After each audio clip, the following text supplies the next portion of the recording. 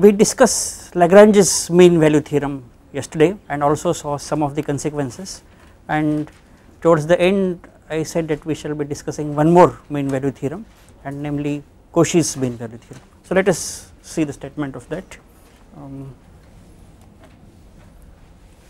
Cauchy's mean value theorem. Okay, and I shall use the standard short form for mean value theorem.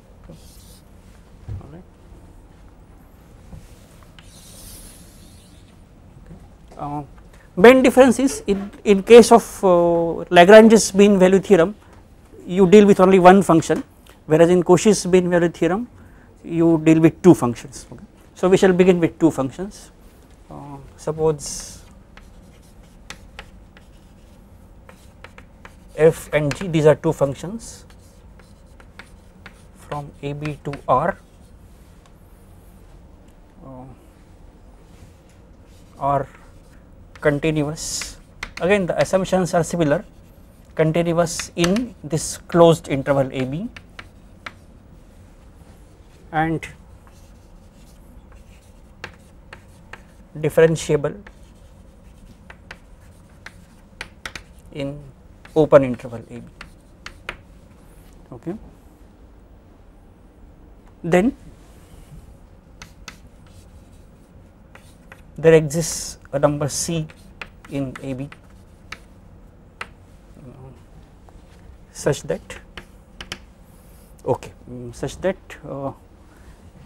FB minus FA divided by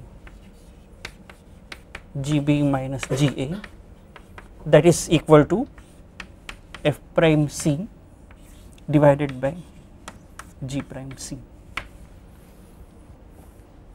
This is how it is given in most of the books, right? But you can see that in this formulation there is a slight problem here. Okay. What is the problem? What if this GB is equal to GA? Okay. What this, and similarly what will happen if this G prime C is equal to 0? Okay. So in order to avoid that difficulty, one can, there are two ways of avoiding it. One can right in the beginning assume that G prime x is not 0 anywhere in AB. If G prime x is not 0, is it clear that this GB minus GA also cannot be 0?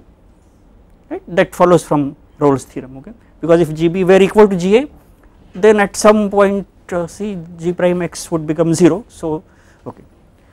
But another way to deal with that is we can just avoid this division. Okay. I can write this same formula in a slightly different form. Okay. I can write this as, so instead of writing it like this, I shall write it like this: FB minus FA into this G prime C,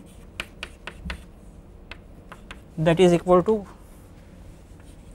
GB minus GA into F prime C. Okay. If I write it like this, then there is no division involved and we don't need to make any extra assumptions, right? So we shall write it in this form. Okay. Right. So now we don't have to say anything about G prime x not equal to 0, etc. Okay. Okay. Now before proceeding further with the proof, okay, let us make one or two observations. Is it clear to everybody that Lagrange's mean value theorem is a special case of Cauchy's mean value theorem? Okay, right? That is, if we take Gx is equal to x, okay, if you take Gx equal to x, you will get this Cauchy's, you will get Lagrange's mean value theorem. Okay, right. Because Gx equal to x, then G prime will be 1, so this will be 1 and that will be F prime C, this will be just B minus A. Okay, alright. One more thing, it is quite tempting to attempt the proof of Cauchy's mean value theorem by using Lagrange's mean value theorem. Okay. For example, one might say that apply Lagrange's mean value theorem to both the functions. Okay. So using that you will get FB minus FA is equal to F prime C into B minus A, and similarly GB minus GA is equal to G prime C into B minus A, and then just substitute here, okay, then just substitute here, okay. But is this correct? What is wrong with this? Right, that is when you are applying Lagrange's mean value theorem to two different functions, the point C that you may get will be in general different, okay. That C, so this C and this C need not be same, okay. So correctly, this there will be some C1 here, then there will be some C2 here, and then you will not get this conclusion. So Cauchy's mean value theorem has to be approached in a different manner. But once that is clear, what we will do is that we shall basically imitate the proof of Lagrange's mean value theorem to prove Cauchy's mean value theorem, okay. Though we do not use Lagrange's mean value theorem, but we use the ideas in the proof, okay. And what was the idea? We constructed some auxiliary function big F, okay, and showed that that function satisfied all the properties of all the hypotheses of Rolle's theorem, and using Rolle's theorem we got it, okay.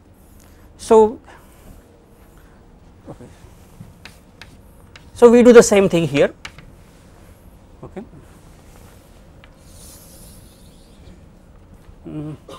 So define auxiliary function F, define F from AB to R by big F at X is equal to, in fact this expression gives us an idea of what that function big F should be, okay. We shall define it as follows. So FB minus FA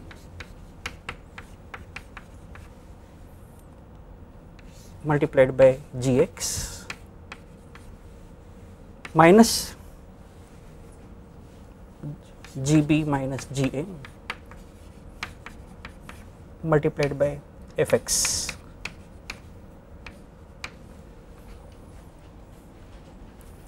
Okay.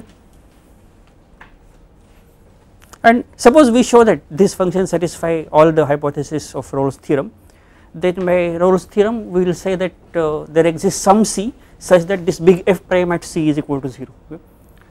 Is it clear that that will immediately give this, because big F prime at C is nothing but FB minus FA into G prime C minus GB minus GA into F prime C, okay. So the only thing left now is to show that this big F satisfies all the hypotheses of Rolle's theorem. What are those? This big F must be continuous in AB. Now what does continuity depend on? FB minus FA is anyway constant. So this G is, so wherever G is continuous, big F should be continuous. Similarly, wherever small f is continuous, big F also should be continuous, and we are given that small g and small f are continuous in the closed interval AB, okay. So we can observe that big F is continuous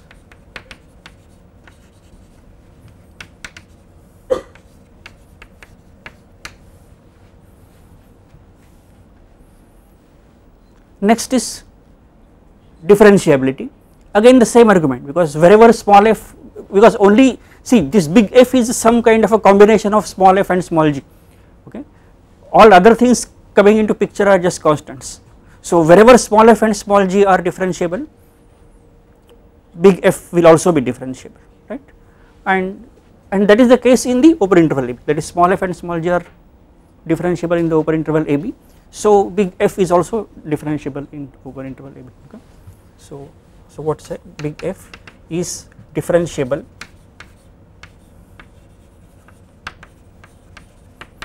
in open interval AB.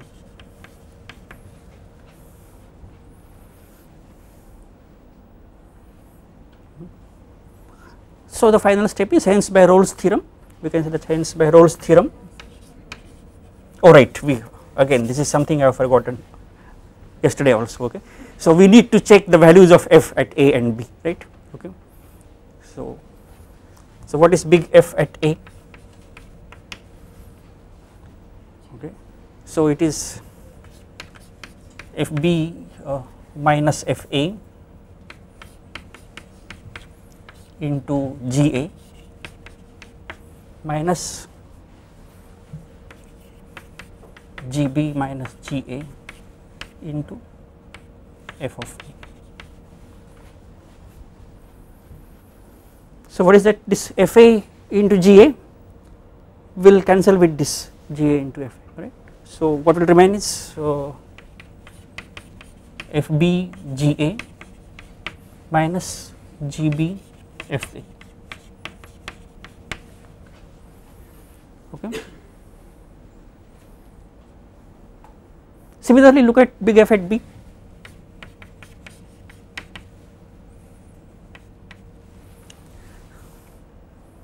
So big F at B again, that is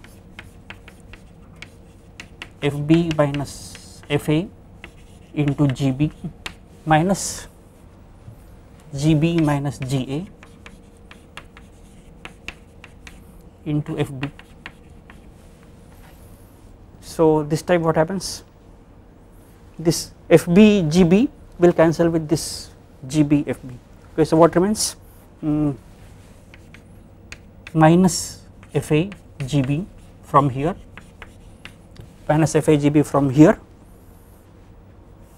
and minus this becomes plus GA FB from there.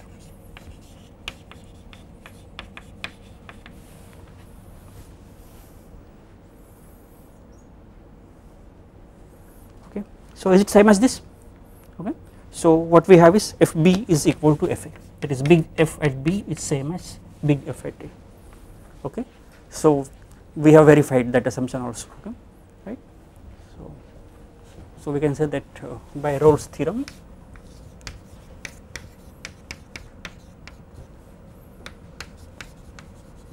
there exists C in the open interval AB such that big F prime at C is equal to 0.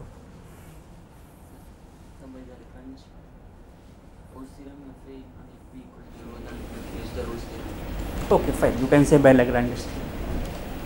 But see, when we discussed Rolle's theorem, that time itself we also made a comment that if A equal to FB equal to 0 is not very crucial. Okay, see, for example, suppose if A equal to FB were some other value, suppose if A equal to FB is equal to K, then you can consider a function F minus K, right, and then that will be 0 at both the endpoints, right.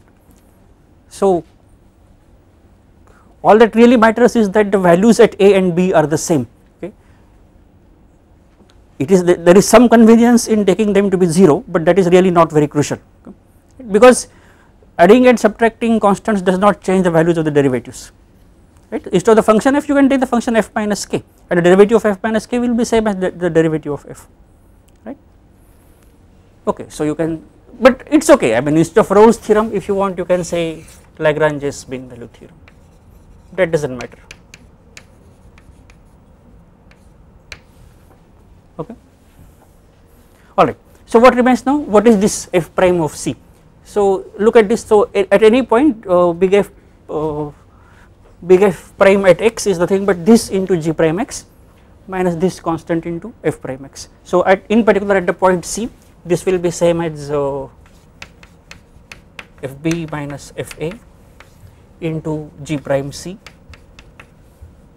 minus GB minus GA into F prime C.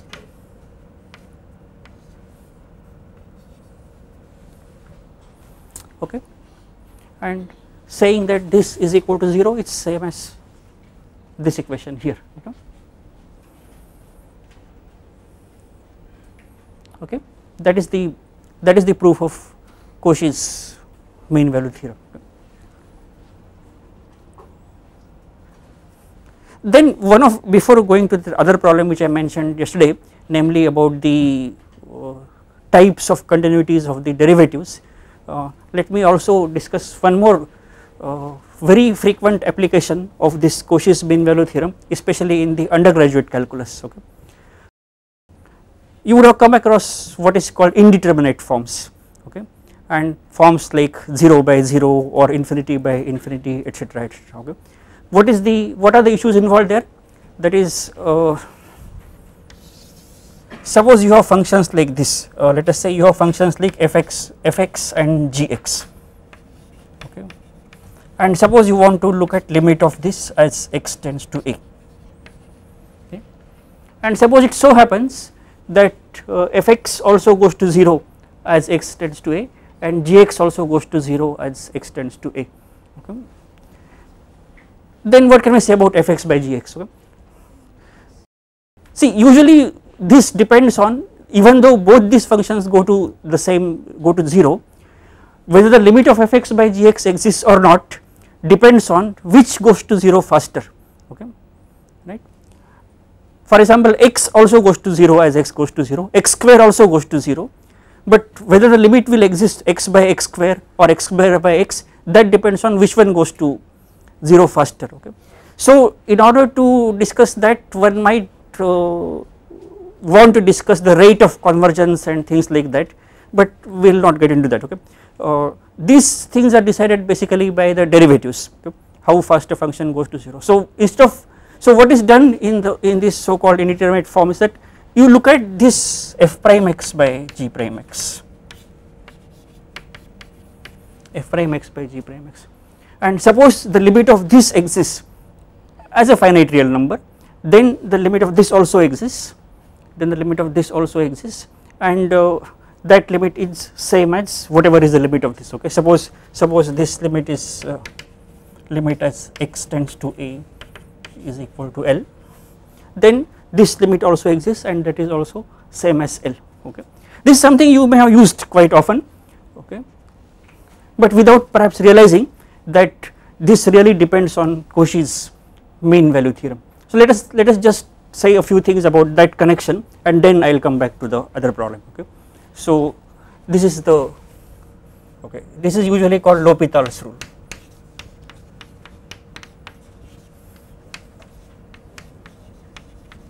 Okay. We will write this as a theorem, okay. Okay. Of course, since now we are looking at the point limit at the point A, we will prefer that A is not the end point of the interval, okay. So let us say that let us say suppose f and g are differentiable in some interval I containing A.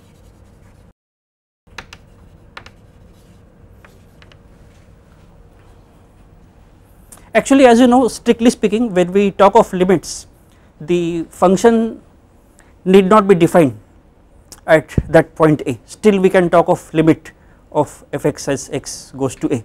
So one could have said that it is differentiable in some interval I containing A, except perhaps at the point I, okay. But we will not go into that kind of finer points right now, okay. Those refinements one can make later. Now my objective simply is this, to illustrate that Cauchy's mean value theorem is crucially involved in this rule.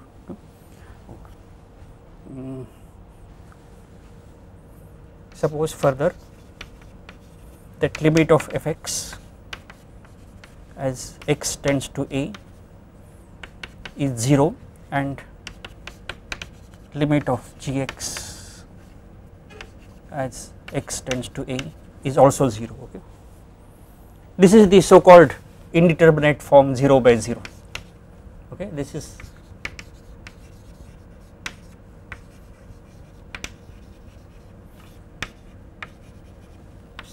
that is how it is usually described, okay? Indeterminate form 0 by 0, okay?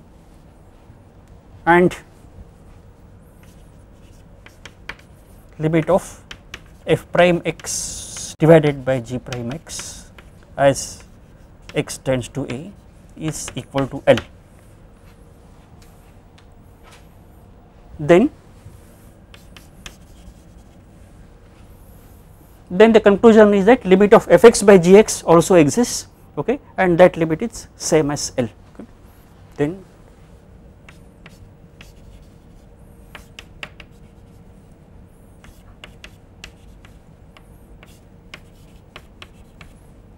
limit of fx by gx as x tends to A is equal to L, okay. remember this symbol means all the things that the limit exists and its value is L. Okay.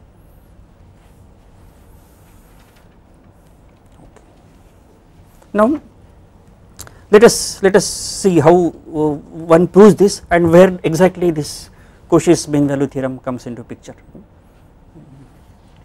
Of course we have to assume here one more extra thing. Okay. Here we avoided assuming that G prime x equal to 0 by rewriting the theorem in this form, okay, but there we need to discuss this ratio f prime x by G prime x. So here we cannot avoid assuming that G prime x is not equal to 0 in I. Okay. So there is one more assumption here, if G are differentiable in the subinterval I containing A and G prime x is not 0 for all x in I.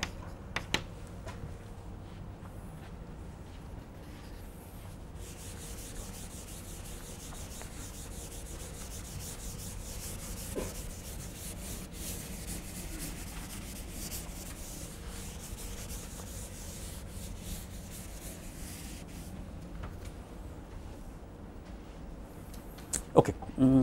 Let us first see what is the meaning of this statement. Let us use our usual epsilon delta definition. Okay. What is the meaning of saying that limit of f prime x by G prime x equal to L? It is that given epsilon bigger than 0, there exists delta bigger than 0, that something happens for those epsilon and delta. Okay. What is that something that we shall write precisely? Okay. So let us just rewrite that statement. Let us say that let epsilon bigger than 0 is given.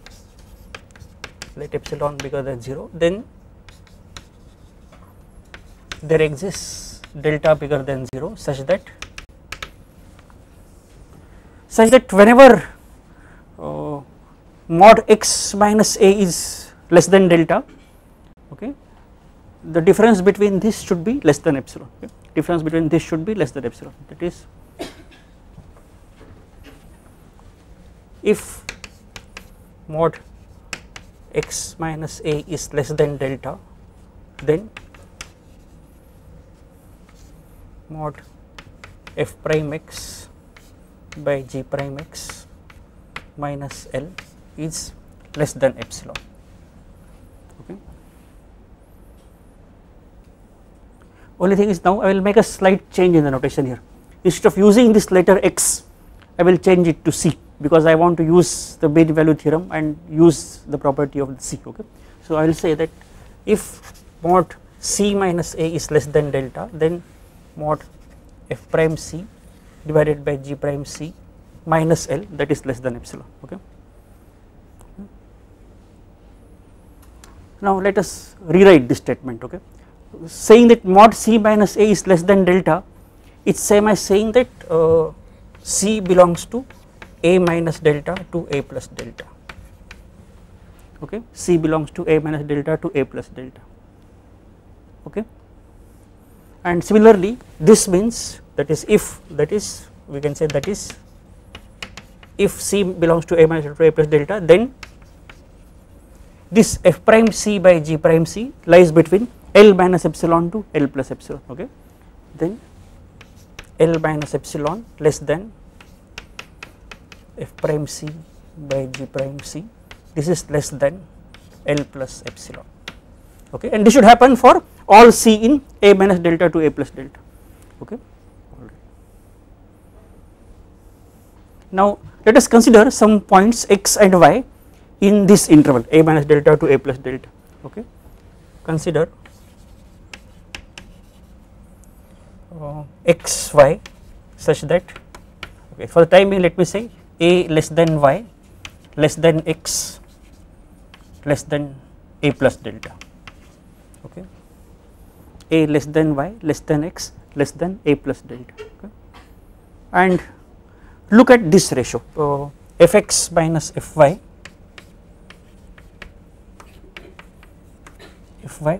divided by gx minus gy.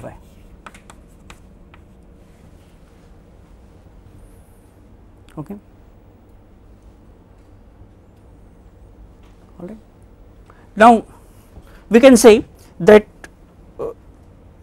fx minus fy divided by gx minus gy, for this, since f and g satisfy, f and g are differentiable in the interval I containing a, So in particular those are differentiable even in this interval y to x, okay, in this interval y to x. So we can say that by Cauchy's mean value theorem there exists some c lying between y and x, there exists some c lying between y and x such that this is same as f prime c by g prime c, okay. So this is, that is, you can say that this is equal to f prime c by g prime c, okay, for some c in the interval, okay, for the time being let me simply say the interval y to x, okay, interval y to x, and this is by Cauchy's mean value theorem, right.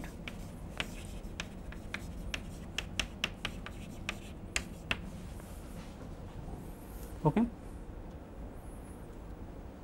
right, okay. Now does this interval y to x contained in this, is this interval y to x, okay, this is a y, interval y to x is because a is less than y, remember if you just draw the diagram here, suppose this is a, let us say this is a minus delta, this is a plus delta, we have taken, okay, how did we take this, we have taken y here and x bigger than that. So this interval y to x is a part of this interval a minus delta to a plus delta, and what we have said is that for every c in this interval f prime c by g prime c should be less than L plus epsilon and bigger than L minus. So it applies in particular for this c also, okay, it applies in particular for this c also. So we can say that this is less than L plus epsilon and bigger than L minus epsilon, okay, okay, okay. We shall just take this inequality further, okay, and then see what happens. Okay.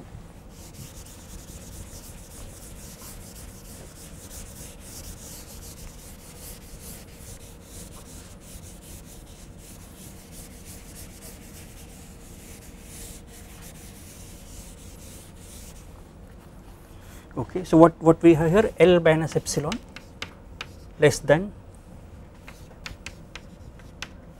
fx minus fy divided by gx minus gy, this is less than L plus epsilon, okay. And this is true for which y and which x, it is true for any y and x which satisfy this, okay. So what I would now say is that you fix this x and let this y approach a, okay, because this inequality is true for all y, this inequality is true for all y. So we can say that fix x and let y tend to a, okay.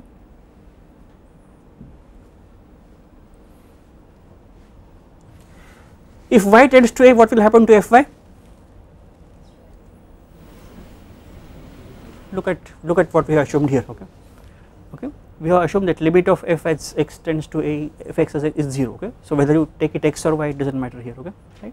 So fy will go to 0 as y tends to a, and similarly gy will go to 0 as y tends to a. So what it will mean is that in the limit fx by gx will lie between L minus epsilon to L plus epsilon, okay. So then what we will say is that then L minus epsilon less than fx by gx less than L plus epsilon,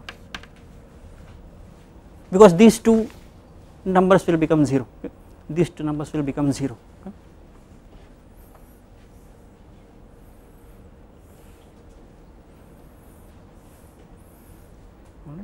And that's what this says, that is what does this mean, that given epsilon you should be able to find a delta, okay, such that whenever x lies between a minus delta to a plus delta, fx by gx should lie between L minus epsilon to L plus epsilon, that is what we have shown, okay. So this last statement means this, that limit of fx by gx as x tends to a is equal to L, okay. So we have seen here that this L'Hopital's rule in case of this indeterminate 0 by 0 basically uses Cauchy's mean value theorem, alright, okay. Now I will give you an exercise, if you have followed this proof, okay, then do the same thing for the infinity by infinity form, okay, infinity by infinity form, okay. right, just try to imitate whatever we have done for that. Okay, what is that? There will be only one change here, this will be replaced by infinity, and I believe you know what is meant by saying that limit of fx as x goes to a is infinity, right. Use the definition. What is the definition? That given any positive number m, there exists delta etc. such that fx should be bigger than m for all x in a minus delta to a plus delta. That is the meaning of saying that limit of fx as x tends to a is infinity. Similarly for gx. Okay. So do the same thing what we have done here for 0 by 0 form to infinity by infinity form, okay, and try to do it yourself. Okay.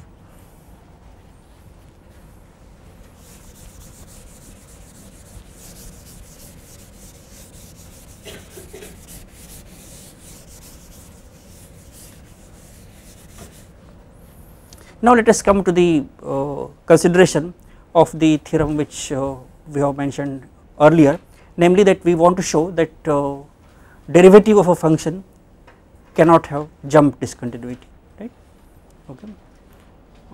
To do that, let us also observe one more thing, okay, or let me remind you one. Yesterday we had defined what is meant by local minimum and local maximum, okay, and we have said that if f has a local minimum at the point x naught, okay, then, and if it is differentiable at that point, then that derivative must be 0, right. Now we can say the same thing in a slightly different language, because that is how we are going to use in this theorem. Suppose we know that the function is differentiable, okay, and at a point x naught, and the derivative is not 0 at that point, okay, can we say that there can be no local maxima or local minima? Okay, let me just write, okay, this is the observation, okay.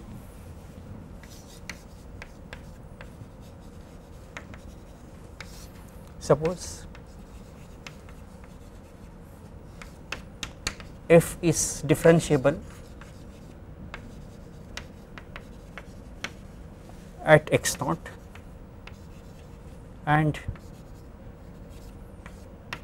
f prime at x naught is not 0, okay, f prime at x naught is not 0, then f does not have a local minimum or maximum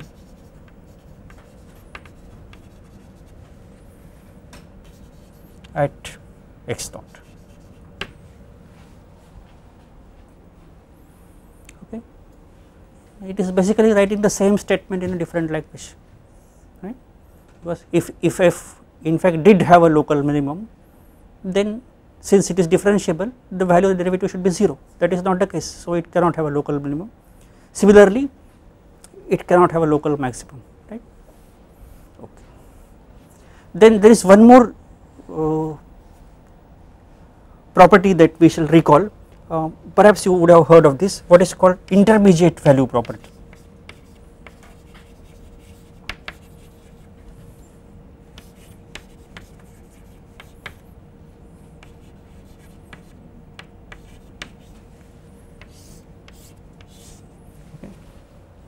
This is usually discussed in connection with discussing connectedness, okay. That is, one can prove that a continuous function defined or image of a connected set under a continuous function is connected, okay, and in the real line only connected sets are intervals, okay. So if you define a real valued function on a connected set, then its image must be an interval, and once you say it is an interval means what? If the function takes any two values, it must take all the values in between those two values, okay. That is precisely what is called intermediate value property, okay. And this property is there for the real valued functions defined on a connected set, but it can be there for other functions also, okay. And derivatives of the functions are one such class, okay, and that is what we will prove now. Okay, so before doing that, let us also write a precise definition of what is meant by saying that intermediate value property. What is the property? What is meant by intermediate value property? That is, okay, let us say, suppose, let us take as well f is defined from AB to R, okay. Now we will say that f is said to have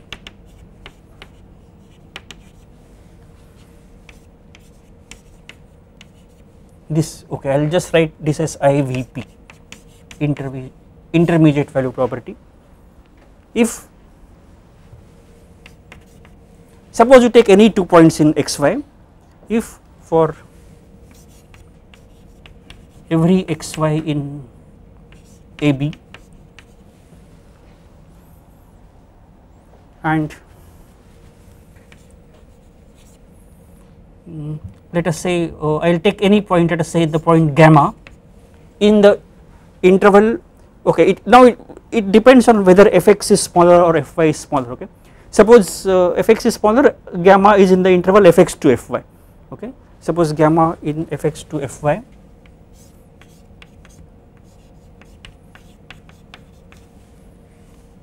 or gamma in fy to fx,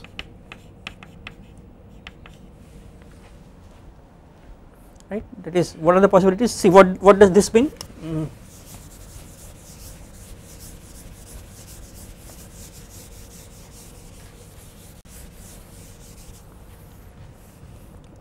See, what this means is this, that is fx less than gamma less than fy, or okay, let us just explain this, that is, or fy less than gamma less than fx, okay. This is what you mean by saying that take some point lying between fx and fy, okay. If fx is less than fy, this first thing will happen. If fy is less than fx, that will. And so what does this intermediate value property says? That there should exist some point, in the interval going from x to y, again it may be from x to y or y to x depending on whichever is smaller, okay.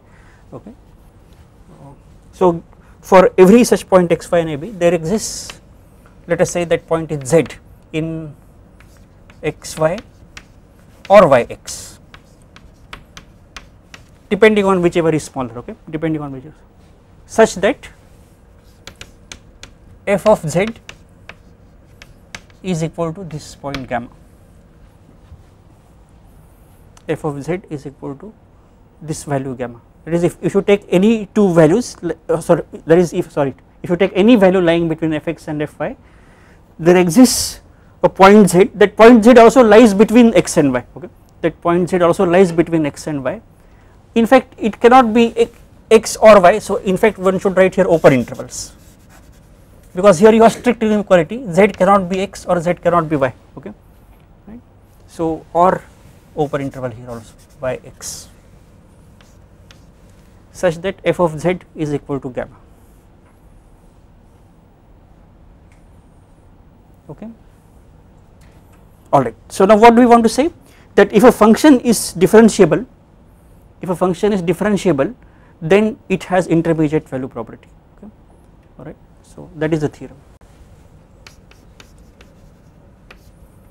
Of course, since we are talking about differentiability, we can just take open interval, okay. Suppose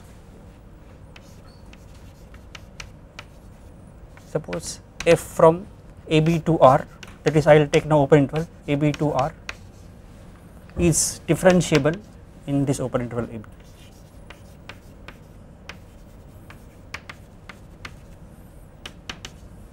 In AB,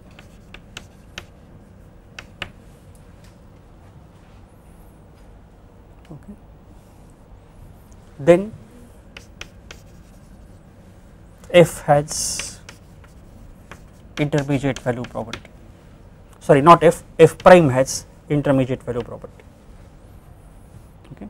F is differentiable in AB means f prime is defined as a function at all these points, okay, and that function f prime has intermediate value property, right. Okay, let me again remind you that how did we start this whole thing? We started with the question whether there exists any function whose derivative is integral part of x, okay, right. And after proving this theorem, we can answer in the negative, because no function can have integral part of x as its derivative, because all derivatives must satisfy intermediate value property and the function integral part of x does not satisfy that, okay, right. Okay. Now let us come to the proof. Okay. We will just take one of these cases because here while defining it is okay to consider all such possibilities. We will just assume that x is less than y and fx is less than fy. Okay. So consider a less than x less than y less than b, and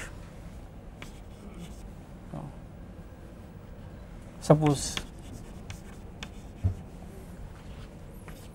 fx is less than gamma less than fy. Okay.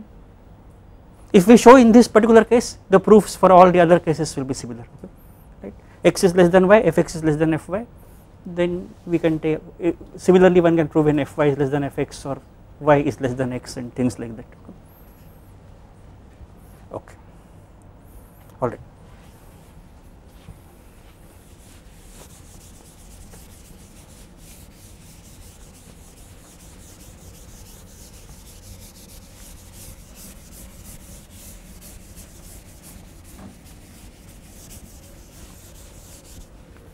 Okay. So what we will do is we shall also define a new function which depends on the given function f and use some of these things for that function. So let us say define g from ab to r by g of x, oh no, we already used that letter x, let us use some other letter here, g of t as f of t minus lambda times t, let us say f of t minus lambda times t for t belonging to AB.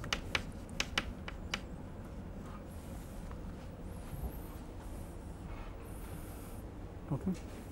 Now what can we say about G? Okay. First of all, is it clear that G is also differentiable in AB?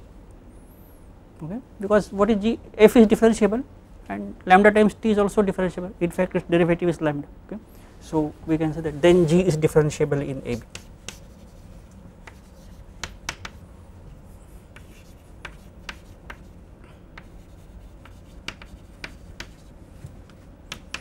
In AB.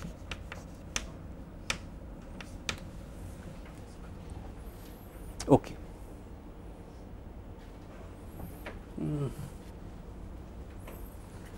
What is G?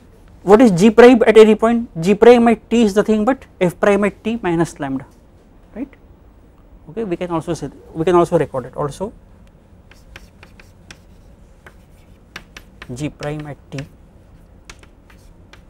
is equal to f prime at t minus lambda for t in AB.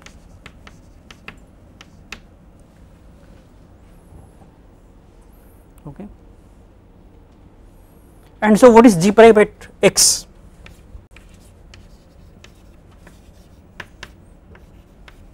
G prime at x is f prime at x minus lambda. Oh, I think here it should have been f prime at x, f prime at y. Okay, I am sorry, because we are remember we are trying to show that f prime has the intermediate value property, not f. Okay, so we should have taken f prime x less than gamma less than f prime y, and I think here also I want to take this not lambda but that constant gamma. Okay, so we will make that change. Okay, so G prime of t is f prime t minus gamma, and this is also G prime x is f prime x minus gamma. Okay. All right. So let us come back to the question. G prime x is f prime x minus gamma. So what do we know about this? F prime x is less than gamma. F prime x is less than gamma. So f prime x minus gamma must be less than 0. right? F prime x minus gamma must be less than 0. So G prime x is less than 0. What about G prime y? G prime y is F prime y minus gamma. What about this? Gamma is less than F prime y, so F prime y minus gamma must be bigger than 0, right? So F prime y minus gamma is bigger than 0. Okay. Now our argument is as follows. Okay, you look at this function g in the interval x to y. Okay, look at the function g in the interval x to y. Okay, right? G is differentiable in AB, and hence it is also continuous in AB, and hence continuous in the interval x to y. That is a compact set. Okay, so every continuous function on that compact set must have a minimum. Okay, must have a minimum. Okay, let us just say that. Okay, is clear, since G is continuous,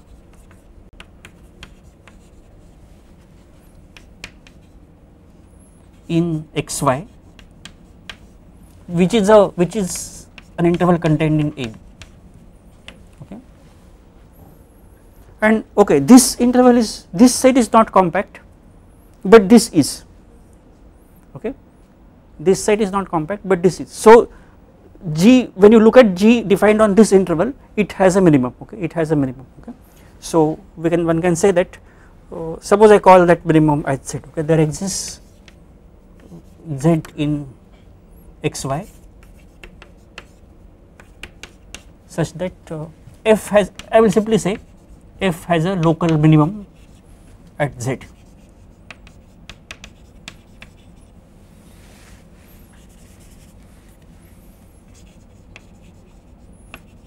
At Z.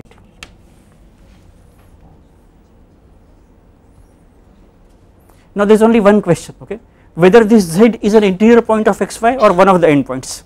Okay, okay. Suppose Z is equal to x. Okay, it will mean that this G has a, oh, I am sorry, not G has a, okay, it will mean that this G has a local minimum at x. Okay, G has a local minimum at x, but is that possible?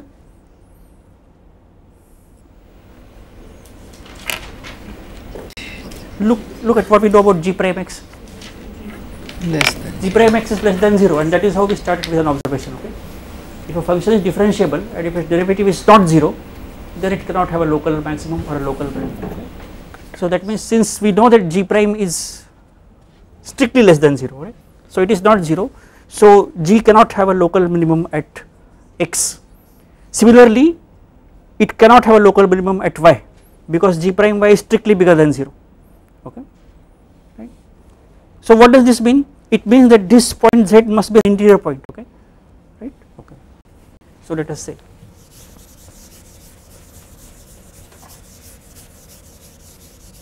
okay, since what is our argument? Since x and y, or let us say since G cannot have local minimum at x and y, we must have x strictly less than z and z strictly less than y. Okay, x strictly less than z, and so z is an interior point. Okay, what is more, what we know that G is differentiable throughout AB, so in particular at the point Z also, and it has a local minimum at Z. So what is the meaning of this? That G prime at Z must be 0. Okay, since G is differentiable at Z,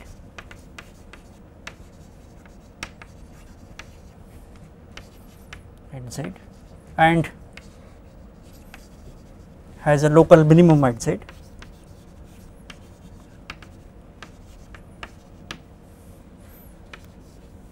G prime at Z must be equal to 0. okay. But what is G prime of Z? G prime of Z is nothing but f prime of Z minus gamma, right? G prime of Z is nothing but f prime of Z, that is, because this is equal to, that is f prime of Z minus gamma equal to 0, right, and that is what we wanted to show, right. That is, given any number gamma which lies between f prime x and f prime y, there exists Z between x and y such that f prime at Z is equal to gamma, right. Okay. Is clear? So we have shown that derivative of a function must satisfy this intermediate value property, is this clear? And as a corollary of this, we will show that the derivative cannot have jump discontinuities. It can have discontinuities of the other type, but it cannot have jump discontinuities. But anyway, since the time is up, that we will take up tomorrow.